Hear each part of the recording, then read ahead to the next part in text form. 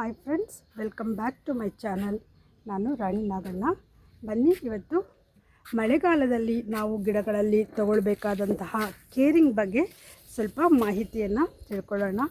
ಮಳೆಗಾಲ ಆರಂಭವಾದ ತಕ್ಷಣ ಒಂದೆರಡು ಮೂರು ಮಳೆಗಳು ಆದ ನಂತರ ನಾವು ಅನೇಕ ರೀತಿಯ ಬದಲಾವಣೆಗಳನ್ನು ಅಥವಾ ಜೋಪಾನವನ್ನು ನಮ್ಮ ಗಾರ್ಡನ್ನಲ್ಲಿ ನಾವು ನಿರ್ವಹಿಸಬೇಕಾಗುತ್ತೆ. ಆ ಜೋಪಾನಗಳೇನು ಅನ್ನೋದರ ಬಗ್ಗೆ ನಾನಿವತ್ತು ಒಂದು ಸ್ವಲ್ಪ ಸಲಹೆಯನ್ನು ಕೊಡೋಣ ಅಂಥೇಳಿ ಈ ವಿಡಿಯೋವನ್ನು ನಾನು ಮಾಡ್ತಾಯಿದ್ದೇನೆ. ಬನ್ನಿ, ವಿಡಿಯೋವನ್ನು ಆರಂಭ ಮಾಡೋಣ. ವಿಡಿಯೋ ನಿಮಗೆಲ್ಲ ಖಂಡಿತ ಇಷ್ಟ ಆಗುತ್ತೆ. ಹಾಗಾಗಿ ವಿಡಿಯೋವನ್ನು ಪೂರ್ತಿಯಾಗಿ ನೋಡಿ. ಆಗ ನೀವು ಒಂದು ಒಳ್ಳೆ ಗಾರ್ಡನ್ನ ಮಳೆಗಾಲದಲ್ಲಿ ನೋಡಬಹುದು. ಹಾಗೆ ವಿಡಿಯೋ ಇಷ್ಟ ಆದರೆ ಲೈಕ್ ಮಾಡಿ, ಸಬ್ಸ್ಕ್ರೈಬ್ ಮಾಡಿಕೊಂಡು ವಿಡಿಯೋವನ್ನು ನೋಡಿ. ಬನ್ನಿ, ವಿಡಿಯೋವನ್ನು ಸ್ಟಾರ್ಟ್ ಮಾಡೋಣ.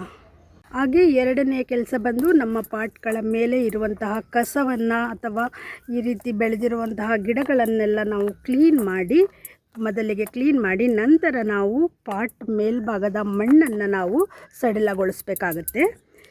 ಹೀಗೆ ಸಡಿಲಗೊಳಿಸೋದ್ರಿಂದ ಪಾಟು ಇದುವರೆಗೂ ಎಲ್ಲಾದರೂ ಬಿಗಿಯಾಗಿದ್ದಲ್ಲಿ ಮಣ್ಣು ಲೂಸ್ ಇಲ್ಲ ಅಂದರೆ ನಾವು ಮಳೆ ನೀರು ಕಂಪ್ಲೀಟಾಗಿ ಪಾಟ್ ಫುಲ್ ಗಿಡಗಳಿಗೆ ಬೇರುಗಳಿಗೆ ನೀರು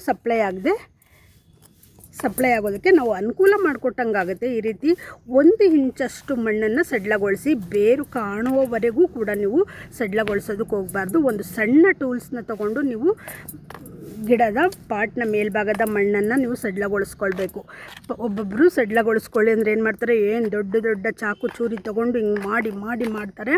ಹಾಗೆಲ್ಲ ಮಾಡಬಾರ್ದು. ಸಣ್ಣ ಟೂಲ್ಸ್ಗಳನ್ನ ಬಳಸಿ 1 ಇಂಚಷ್ಟು ಮಣ್ಣನ್ನು ಮಾತ್ರ ನಾವು ಪಾಟ್ ಮೇಲ್ಭಾಗ ಹಿಂಗೆ ಸಡಿಲಗೊಳಿಸ್ಕೊಳ್ಬೇಕು. ಬೇರುಗಳಿಗೆ ಹಾನಿ ಆಗದಂತೆ, ಸಣ್ಣ ಬೇರುಗಳಿಗೆ ಹಾನಿ ಆಗದಂತೆ ನಾವು ಪಾಟ್ನ ಮೇಲ್ಭಾಗದ ಮಣ್ಣನ್ನು ಸಡಿಲಗೊಳಿಸ್ಕೊಳ್ಳೋದು ಒಳ್ಳೆಯದು. ಆಗ ಬಿದ್ದಂತಹ ಮಳೆಯ ನೀರು ಪಾಟ್ನ ಎಲ್ಲ ಭಾಗಗಳಿಗೂ ಮಳೆಯ ನೀರು ತಲುಪೋದಕ್ಕೆ ಅನುಕೂಲ ಆಗುತ್ತೆ. ಹಾಗೆ ಮಳೆಗಾಲದಲ್ಲಿ ಮತ್ತೊಂದು ನಾವು ಗಮನಿಸಿಕೊಳ್ಳಬೇಕಾದ ಅಂಶ ಅಂದರೆ, ಈಗ ಮಳೆಯ ನೀರು ಈ ರೀತಿ ಪಾಟ್ನಲ್ಲಿ ಬಿದ್ದು ತುಂಬಿದಂತಹ ಸಂದರ್ಭದಲ್ಲಿ ಈ ಮಳೆಯ ನೀರು ಹೋಲ್ಗಳ ಮುಖಾಂತರ ಹರಿದು ಹೋಗುವಂಗೆ ಇರಬೇಕು. ಒಂದೊಂದು ಸಾರಿ ನಾವು ಈ ಬೇಸಿಗೆ ಕಾಲ ಮತ್ತು ನೀರನ್ನು ಹಿತಮಿತವಾಗಿ ಬಳಸಬೇಕು ಅಂತೇಳಿ ಬಳಸಿರ್ತೀವಿ, ತಾರಸಿ ಹಾಳಾಗುತ್ತೆ ಅಂತೇಳಿ. ಈ ಎಲ್ಲ ಕಾರಣಗಳಿಂದ ನಾವು ಪಾಟ್ ಪೂರ ಒಂದೊಂದು ಸಾರಿ ನೀರು ಹಾಕ್ತಾ ಇದ್ದಾಗ ಹೋಲ್ಗಳು ಮುಚ್ಕೊಳ್ಳುವಂಥ ಸಾಧ್ಯತೆ ಇರುತ್ತೆ. ಅಂತಹ ಸಂದರ್ಭದಲ್ಲಿ ನಾವು ನೋಡಿ, ಹೀಗೆ ಮಳೆಯ ನೀರು ಹೆಚ್ಚಾಗಿ ಈ ಪಾಟಲ್ಲಿ ಹೋಲ್ ಇದೆ, ಆದರೆ ನೋಡಿ ಇಲ್ಲಿ ಹೋಲ್ ಇದೆ. ಈ ಹೋಲು ಓಪನ್ ಇಲ್ಲದ ಕಾರಣ ಏನಾಗಿದೆ, ಈಗ ನನಗೆ ಇಲ್ಲಿ ನೀರು ಸ್ಟೋರೇಜ್ ಆಗಿದೆ. ಹಾಗಾಗಿ ಅಂತಹ ಸಂದರ್ಭದಲ್ಲಿ ನಾವು ತುಂಬ ದೊಡ್ಡ ಟೂಲ್ಸ್ಗಳನ್ನು ಬಳಸಬಾರ್ದು. ಈಗ ಸಣ್ಣ ಟೂಲ್ಸ್ಗಳನ್ನು ಬಳಸಿ ಈ ಹೋಲ್ಗಳನ್ನ ನಾವು ಸರಿ ಮಾಡಬೇಕಾಗತ್ತೆ.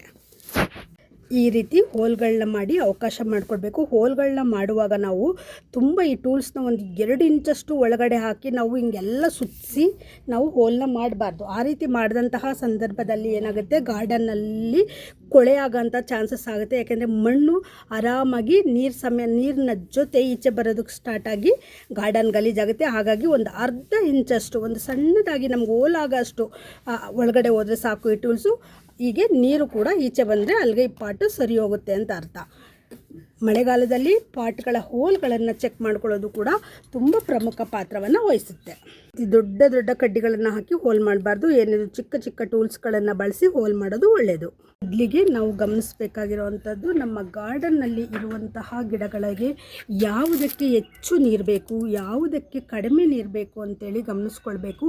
ಹೆಚ್ಚು ನೀರು ಬೇಕಾದಂತಹ ದಾಸವಾಳ, ಗಣಿಗ್ಲೆ, ಹಾರ್ಡಿ ಪ್ಲ್ಯಾಂಟ್ಸ್ಗಳನ್ನು ನಾವು ಮಳೆಗೆ ನೇರವಾಗಿ ಇಡ್ಬೋದು.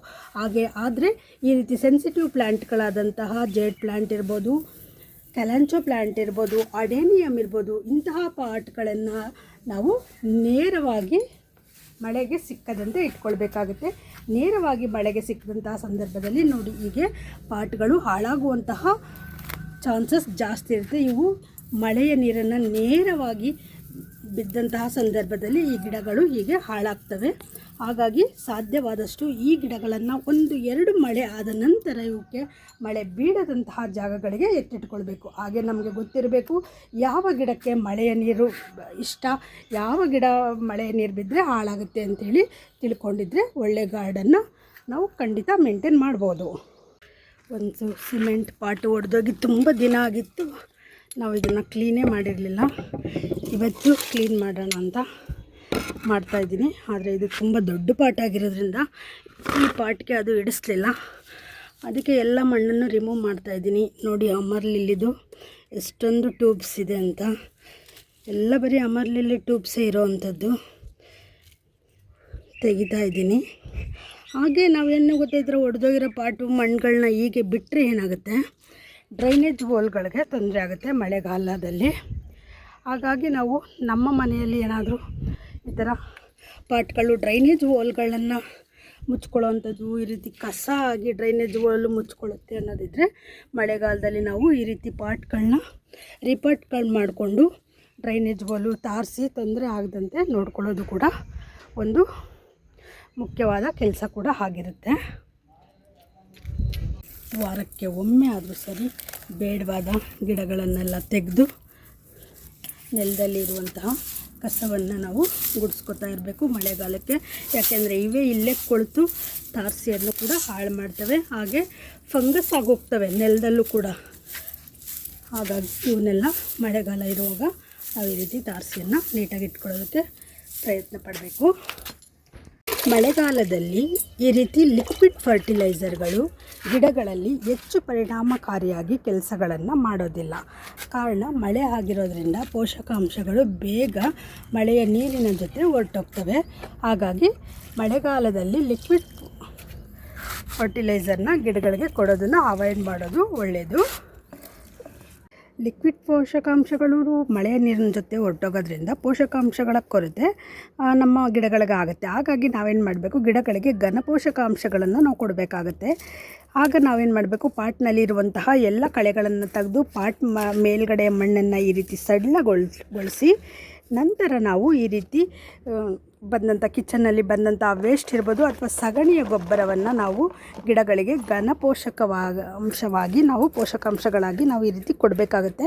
ಇದು ಘನ ಪೋಷಕಾಂಶ ಅಂದರೆ ಇದು ನಿಧಾನವಾಗಿ ಗಿಡಗಳಿಗೆ ಗೊಬ್ಬರವನ್ನು ಕೊಡುತ್ತೆ. ಅಂದರೆ ಇದು ಕರಗಿ ನಿಧಾನವಾಗಿ ಗೊಬ್ಬರವಾಗಿ ಗಿಡಗಳಿಗೆ ಪೋಷಕಾಂಶವನ್ನು ಒದಗಿಸೋದ್ರಿಂದ ಮಳೆಗಾಲದಲ್ಲಿ ಪೋಷಕಾಂಶಗಳ ಕೊರತೆ ಗಿಡಗಳಿಗೆ ಉಂಟಾಗೋದಿಲ್ಲ. ಯಾವಾಗಲೂ ಈ ರೀತಿ ಗೊಬ್ಬರವನ್ನು ಕೊಟ್ಟ ನಂತರ ನಾವು ಅದರ ಮೇಲೆ ಮಣ್ಣನ್ನು ಹಾಕಬೇಕಾಗುತ್ತೆ. ಅದನ್ನು ಮಾತ್ರ ಮರಿಬಾರ್ದು. ಯಾಕೆ ಅಂದರೆ ಕೊಟ್ಟಿರುವಂತಹ ಗೊಬ್ಬರದಲ್ಲಿರುವಂತಹ ಪೋಷಕಾಂಶಗಳು ಬಿಸಿಲಿಗೆ ಸಾಯುವಂತಹ ಚಾನ್ಸಸ್ ಇರುತ್ತೆ. ಅಂದರೆ ಜೀವಕೋಶಗಳು ಜೀವಾಣುಗಳು ಸಾಯ್ತವೆ, ಗೊಬ್ಬರದ ಜೀವಾಣುಗಳು ಸಾಯ್ತವೆ. ಹಾಗಾಗಿ ನಾವು ಯಾವುದೇ ಗೊಬ್ಬರವನ್ನು ಕೊಟ್ಟಂತಹ ನಂತರ ನಾವು ಹೀಗೆ ಮಣ್ಣನ್ನು ಮುಚ್ಚಿ ಗಿಡವನ್ನು ಗೊಬ್ಬರದ ಮೇಲೆ ಹೀಗೆ ಮಣ್ಣನ್ನು ಮುಚ್ಚಿ ನಂತರ ನಾವು ಇದಕ್ಕೆ ಹೀಗೆ ನೀರು ಹಾಕಬೇಕು. ನೀರು ಹಾಕೋದ್ರಿಂದ ಈ ಗೊಬ್ಬರ ಈಗ ಕರಗಿ ನಿಧಾನವಾಗಿ ಸುಮಾರು ದಿನಗಳವರೆಗೂ ಗೊಬ್ಬರ ಗಿಡಗಳಲ್ಲಿ ಬಾಳಿಕೆ ಬರುತ್ತೆ. ಅದಕ್ಕೆ ಯಾವಾಗಲೂ ಮಳೆಗಾಲದಲ್ಲಿ ಈ ರೀತಿ ಕರಗಿ ಗೊಬ್ಬರವಾಗುವಂತಹ ಗೊಬ್ಬರಗಳನ್ನು ನಾವು ಫರ್ಟಿಲೈಸರ್ ಆಗಿ ಬಳಸಬೇಕು. ಲಿಕ್ವಿಡ್ ಫರ್ಟಿಲೈಸರ್ಗಳನ್ನು ಬಳಸಬಾರ್ದು. ಫರ್ಟಿಲೈಸರ್ನ ಕೊಡುವಾಗ ಪಾಟ್ನ ಕ್ಲೀನ್ ಮಾಡಿ ಮಣ್ಣನ್ನು ಸಡಿಲಗೊಳಿಸಿ ಗೊಬ್ಬರವಾಕಿ ನಂತರ ಮಣ್ಣನ್ನು ಹಾಕಿ ನೀರನ್ನು ಹಾಕಿ ಫರ್ಟಿಲೈಸರ್ನ ಕೊಡಬೇಕಾಗುತ್ತೆ. ಮಳೆಗಾಲದಲ್ಲಿ ನಾವು ಮತ್ತೆ ಗಮನಿಸಬೇಕಾದ ಇನ್ನೊಂದು ಅಂಶ ಅಂದರೆ ಈ ರೀತಿ ಎತ್ತರವಾದ ಗಿಡಗಳು ಗಾಳಿ ಮತ್ತು ಮಳೆಗೆ ಕೆಳಗಡೆ ಬೀಳೋದಕ್ಕೆ ಶುರು ಮಾಡ್ತವೆ. ಬೀಳೋದ್ರಿಂದ ಏನಾಗುತ್ತೆ, ಪಾಟ್ನಲ್ಲಿ ಮಣ್ಣು ಸಡಿಲಗೊಂಡು ಗಿಡ ಹಾಳಾಗೋದಕ್ಕೆ ಸ್ಟಾರ್ಟ್ ಆಗುತ್ತೆ. ಅಂತಹ ಸಂದರ್ಭದಲ್ಲಿ ನಾವು ಏನು ಮಾಡಬೇಕು, ಗಿಡ ಬೀಳದಂತೆ ಈ ರೀತಿ ಒಂದು ತಂತಿ ಸಹಾಯದಿಂದ ಅಥವಾ ಒಂದು ಹಗ್ಗದ ಸಹಾಯದಿಂದ ನಮಗೆ ಗಿಡ ಇಟ್ಟಿರುವ ಜಾಗದಲ್ಲಿ ಏನು ಪ್ಲೇಸ್ ಇದೆ ಅಂತಹ ಪ್ಲೇಸ್ಗಳಲ್ಲಿ ಗಿಡಗಳನ್ನು ನಾವು ಈ ರೀತಿ ಕಟ್ಟಿ ಇಟ್ಕೋಬೇಕು. ಅಯ್ಯೋ ಬೀಳುತ್ತೆ ಬಿಡು, ಎತ್ತಿಟ್ರೆ ಆಯಿತು ಬಿಡು ಅಂತ ಅಂದಾಗ ನಾವು ಗಿಡವನ್ನು ಕಳ್ಕೊಳ್ಬೇಕಾಗುತ್ತೆ. ಆ ರೀತಿ ನನಗೆ ಎಷ್ಟೋ ಸಾರಿ ಆಗಿದೆ. ಗಿಡ ಏನಾಗುತ್ತೆ, ಒಂದು 2-3 ಸಾರಿ ಬಿದ್ದಾಗಲೇ ಪಾಟ್ ಮಣ್ಣು ಲೂಸ್ ಆಗುತ್ತೆ. ಲೂಸ್ ಆದಂತಹ ಸಂದರ್ಭದಲ್ಲಿ ಗಿಡದ ಬೇರುಗಳು ಲೂಸಾಗಿ ಗಿಡ ಸಾಯುವಂತಹ ಚಾನ್ಸಸ್ ಜಾಸ್ತಿ ಇರುತ್ತೆ. ಹಾಗಾಗಿ ಎತ್ತರವಾದ ಗಿಡಗಳು ನಮ್ಮ ಮನೆಯಲ್ಲಿದ್ದಾಗ ಅಂಥವನ್ನ ಮಳೆಗಾಲದಲ್ಲಿ ನೆಲಕ್ಕೆ ಬೀಳದಂತೆ ಕಟ್ಟಿ ಕಾಪಾಡಿಕೊಳ್ಳೋದು ಒಂದು ಕೂಡ ಮಳೆಗಾಲದಲ್ಲಿ ನಾವು ಗಮನಿಸಬೇಕಾದಂತಹ ಮುಖ್ಯವಾದ ಅಂಶವಾಗಿರುತ್ತೆ. ಮುಂದೆ ನಾವು ಗಮನಿಸಬೇಕಾದ ಮತ್ತೊಂದು ಅಂಶ ಅಂದರೆ ಪಾಟ್ಗಳನ್ನು ಈ ರೀತಿ ಗೋಡೆಗಳ ಮೇಲೆ ಜೋಡಿಸಿರ್ತೀವಿ. ಈ ರೀತಿ ಜೋಡಿಸೋದ್ರಿಂದ ಗಾಳಿ ಮತ್ತು ಮಳೆಗೆ ಈ ಪಾಟ್ಗಳು ಕೆಳಗೆ ಬಿದ್ದು ಹಾಳಾಗುವಂಥ ಚಾನ್ಸಸ್ ಜಾಸ್ತಿ ಇರುತ್ತೆ. ಹಾಗಾಗಿ ನಾವು ಈ ರೀತಿ ಅವಾಯ್ಡ್ ಮಾಡಬೇಕು. ಈ ಮಳೆಗಾಲ ಸ್ಟಾರ್ಟ್ ಆದಾಗ ನಾವು ಈ ರೀತಿ ಪಾಟ್ಗಳನ್ನು ಮೇಲೆ ಗೋಡೆ ಮೇಲೆಲ್ಲ ಇಡಬಾರ್ದು. ಬೀಳದೆ ಪಾಟು ತುಂಬ ಭಾರ ಇದ್ದು ಒಂದಷ್ಟು ದಿನ ನಾವು ಗಮನಿಸಿದ್ರೆ, ಅಂದರೆ ಪ್ಲಾಸ್ಟಿಕ್ ಪಾಟ್ ಆದರೆ ನೀವು ಎಷ್ಟೇ ಭಾರ ಇದ್ದರೂ ಕೂಡ ಬೀಳುತ್ತೆ.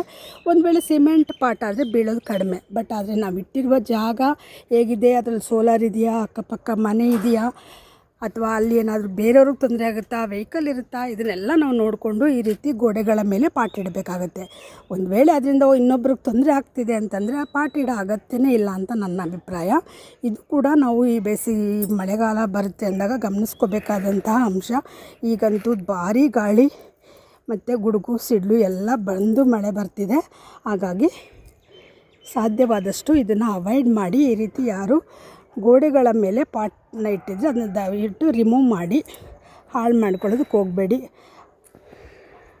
ತೊಂದರೆ ಬರದೇ ಇರುವಂತಹ ಜಾಗಗಳಲ್ಲಿ ಇಟ್ಕೊಳ್ಳೋದು ಒಳ್ಳೆಯದು.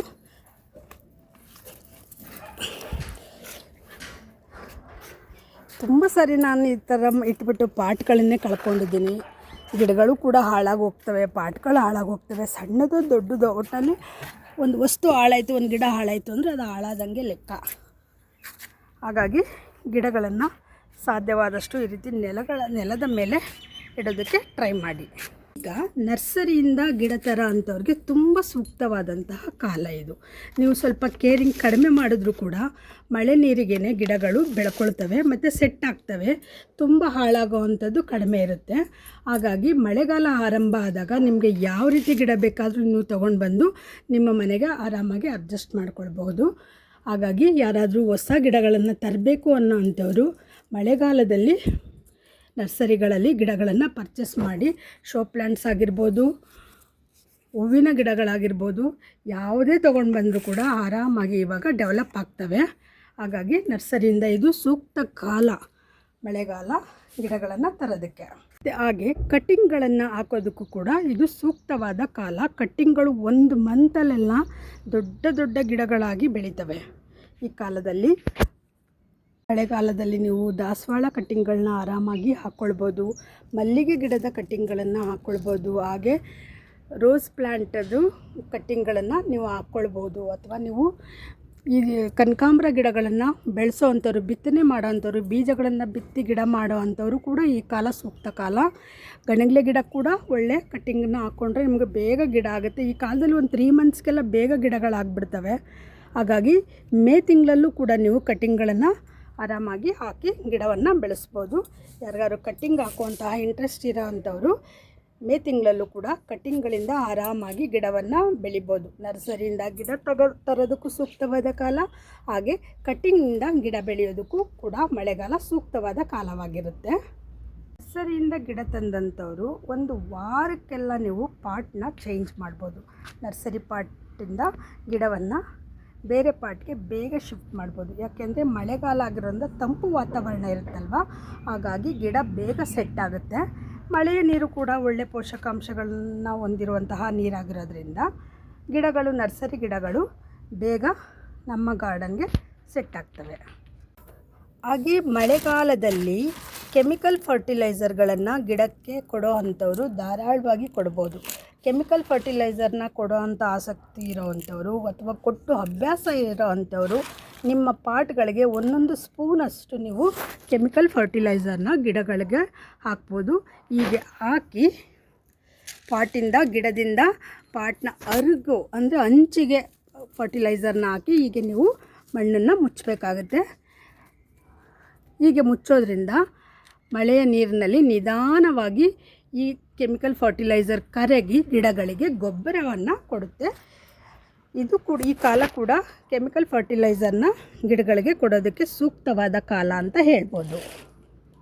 ಹಾಗಾಗಿ ಕೆಮಿಕಲ್ ಫರ್ಟಿಲೈಸರ್ ಕೊಡುವಂಥ ಆಸಕ್ತಿ ಇರೋವಂಥವ್ರು ಅಥವಾ ಅದನ್ನು ಕೊಡಬೇಕು ಅನ್ನೋ ಆಸಕ್ತಿ ಇರೋರು, ಆಸೆ ಇರೋರು ಈ ಕಾಲದಲ್ಲಿ ಆರಾಮಾಗಿ ಕೆಮಿಕಲ್ ಫರ್ಟಿಲೈಸರ್ನ ಗಿಡಗಳಿಗೆ ಕೊಡೋದ್ರಿಂದ ಒಳ್ಳೆ ಗಿಡಗಳನ್ನು ನಾವು ಬೆಳೆಸ್ಕೊಳ್ಬೋದು. ದಾಸವಾಳ ಗಿಡಗಳಿಗಂತೂ ಈ ಕಾಲ ದಾಸವಾಳ ಮತ್ತು ಗಣಗ್ಲೆ ಎರಡಕ್ಕೂ ಕೂಡ ಕೆಮಿಕಲ್ ಫರ್ಟಿಲೈಸರ್ನ ಕೊಡೋದು ಒಳ್ಳೆಯದು. ಅದು ನನ್ನ ಅಭಿಪ್ರಾಯ. ಮಳೆಯ ನೀರಿನಲ್ಲಿ ಗಿಡಗಳ ಬೆಳವಣಿಗೆಗೆ, ಸರ್ವತೋಮುಖವಾದ ಬೆಳವಣಿಗೆಗೆ ಎಲ್ಲ ರೀತಿಯ ಪೋಷಕಾಂಶಗಳು ಮಳೆಯ ನೀರಿನಲ್ಲಿ ಇರುತ್ತೆ ಅಲ್ವಾ.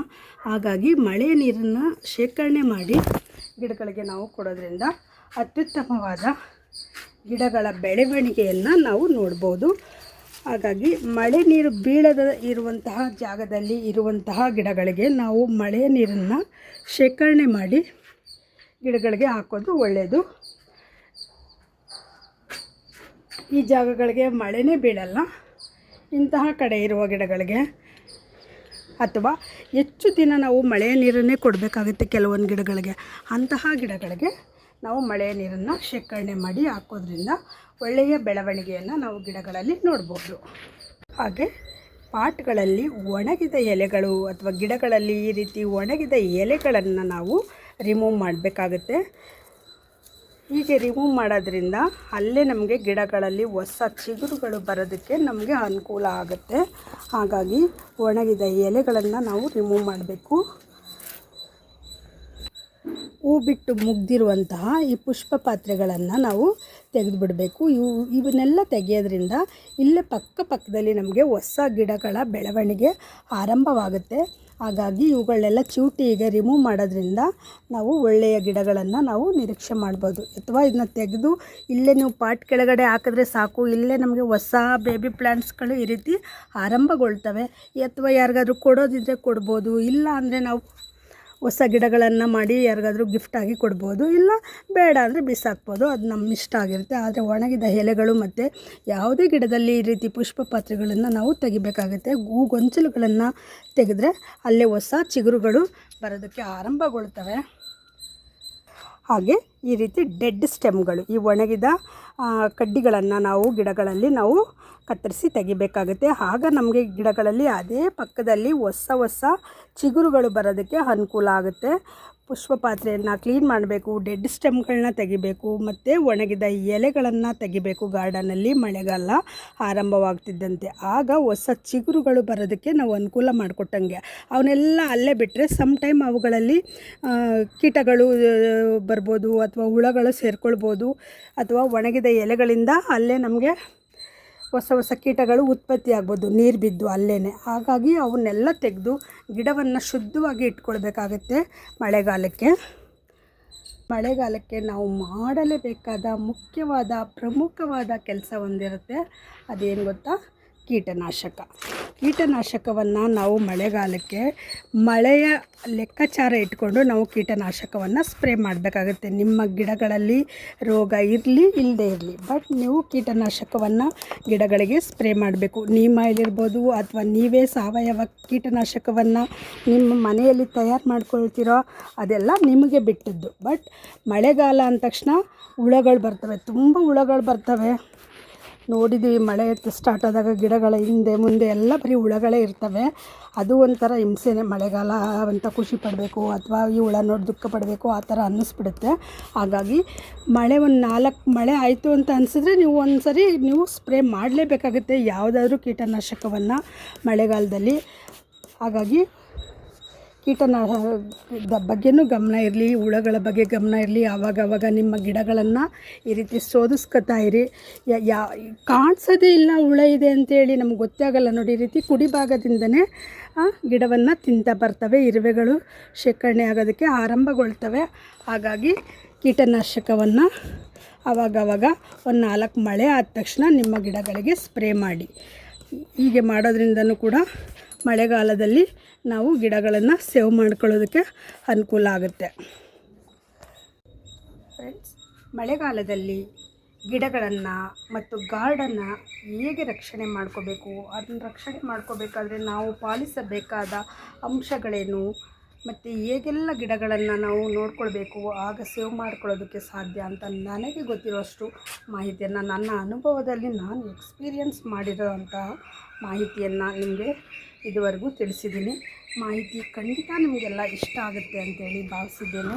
ಮಾಹಿತಿ ಇಷ್ಟ ಆದರೆ ದಯವಿಟ್ಟು ನೋಡುವಂಥ ಎಲ್ಲರೂ ಚಾನಲ್ನ ಸಬ್ಸ್ಕ್ರೈಬ್ ಮಾಡಿಕೊಂಡು ನೋಡಿ. ಹಾಗೆ ಲೈಕ್ ಕೊಡೋದನ್ನು ಮರಿಬೇಡಿ. ನೋಡ್ತೀರಾ, ಯಾರೂ ಲೈಕೇ ಮಾಡಲ್ಲ, ಯಾಕೆ ಅಂತ ಗೊತ್ತಿಲ್ಲ. ನೀವು ಲೈಕ್ ಕೊಟ್ಟರೆ ತಾನೇ ನಮಗೆ ಗೊತ್ತಾಗೋದು ನಿಮಗೆ ನಮ್ಮ ವಿಡಿಯೋ ಇಷ್ಟ ಆಯಿತು ಇಷ್ಟ ಆಗಲಿಲ್ಲ ಅಂತ. ನೋಡುವ ಮಿತ್ರರು ದಯವಿಟ್ಟು ಲೈಕ್ ಕೊಟ್ಟು ಪ್ರೋತ್ಸಾಹಿಸಿ. ನೋಡೋಣ ಈ ವಿಡಿಯೋಗೆ ನಾನು ಕೇಳಿರೋದ್ರಿಂದ ಎಷ್ಟು ಲೈಕ್ ಮಾಡ್ತೀರಾ ಅಂತ ನೋಡ್ತೇನೆ. ಇದುವರೆಗೂ ವಿಡಿಯೋವನ್ನು ನೋಡಿದ್ದಕ್ಕಾಗಿ ಎಲ್ಲರಿಗೂ ತುಂಬ ಧನ್ಯವಾದಗಳು. Thank you for watching.